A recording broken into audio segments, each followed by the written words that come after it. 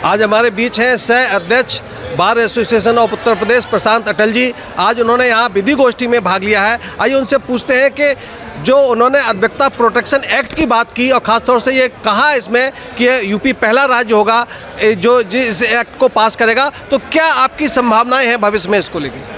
देखिए, advocate protection act पर high level committee से हम लोग की बातचीत हुई थी और उत्तर प्रदेश सरकार इसके लिए कतई सहमत है और एडवोकेट प्रोटेक्शन एक्ट का ड्राफ्ट हम लोगों ने ड्राफ्ट करके लॉ कमीशन को भेज दिया है, जो आवश्यक कार्रवाइयाँ करेगा और उसके बाद ये एडवोकेट प्रोटेक्शन एक्ट लागू होगा। इसमें न तो माननीय मुख्यमंत्री जी को कोई दिक्कत है और न किसी और को दिक्कत है। सर, आपने अधिवक्ताओं के कल्याण की बहुत सारी घोषणाएं की और बहुत सारे कल्याण के कार्यों के लिए आप प्रयासरत भी हैं। कौन कौन से मुख्य काम ऐसे हैं जो पाइपलाइन में हैं और जिनको आप मूर्त रूप देना चाहेंगे अपनी लड़ाई के दौरान? देखिए, ऑलरेडी उत्तर प्रदेश में हर एडवोकेट के डेथ पर 70 वर्ष की उम्र तक 5 लाख रुपए मिलता है उनके परिवार वालों को और एडवोकेट अधिवक्ता कल्याण निधि का राशि हमने 1.5 लाख से 25 नवंबर 2021 को उत्तर प्रदेश के मुख्यमंत्री जी के साथ उनकी घोषणा पर उसको 5 लाख रुपए कर दिया है और नए वकीलों को 5,000 रुपये किताब कापी स्टेशनरी के लिए भी दिया जाता है। इसके अलावा अधिवक्ताओं के लिए एक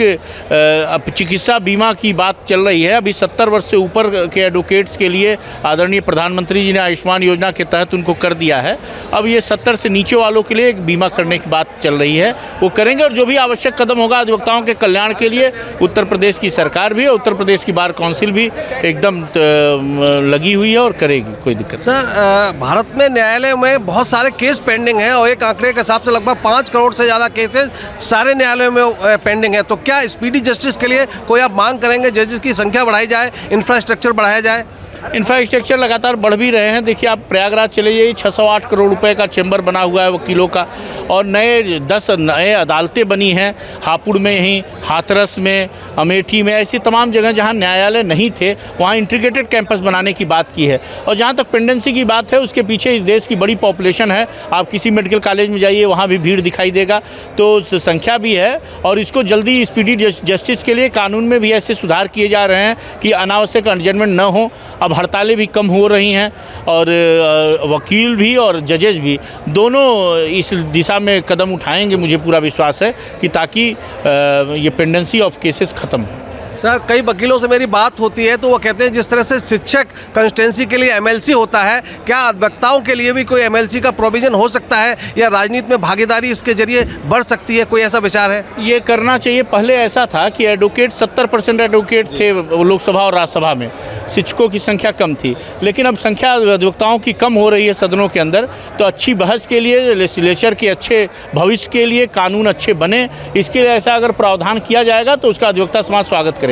सर, अभी हाल के दिनों में देखने को मिला कुछ पुलिस कर्मियों और जुडिशियल ऑफिसर्स के बीच में क्लैशेस हुए हैं और ज़्यादातर इस तरह की प्रवृत्ति बढ़ रही है, इस पर आप क्या कहेंगे? दोनों लोगों को नियंत्रण रखना चाहिए।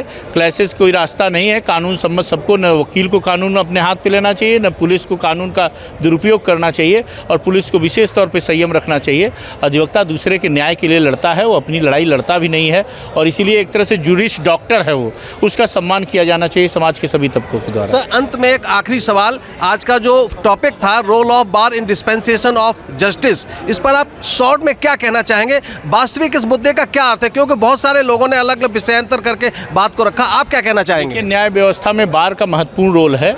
बार न्याय को डेवलप, देखिए कानून की भाषा बहुत टफ है, उसको सरल रूप से मौकिल को बताना, समाज में बताना और न्यायालय को कानूनी ढंग से बताना, तो एक तरह से वो एक कड़ी का काम करता है और बार की सबसे ज़्यादा भूमिका है। अगर न्याय मिला है समाज को तो बार की बदौलत मिला है और इसलिए आप देखिए कि और सबसे खूबसूरती इस प्रोफेशन की ये है कि कोई आदमी आपको नहीं मिलेगा जो पैसा नहीं हो और इसलिए कचहरी से लौट जाए। मान लिया किसी के बड़े वकील नहीं कर पाएंगे तो छोटे वकील करेंगे, तो ये बहुत अच्छी बात है और न्याय प्रणाली की व्यवस्था के लिए बार का योगदान सबसे ज़्यादा है और इवन न्यायपालिका में जजेस से भी ज़्यादा बार का योगदान है।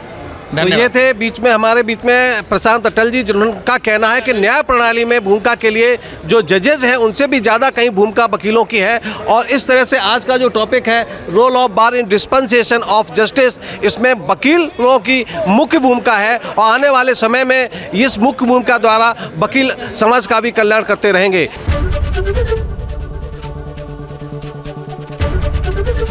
एबीपी गंगा, खबर आपकी, जुबान आपकी।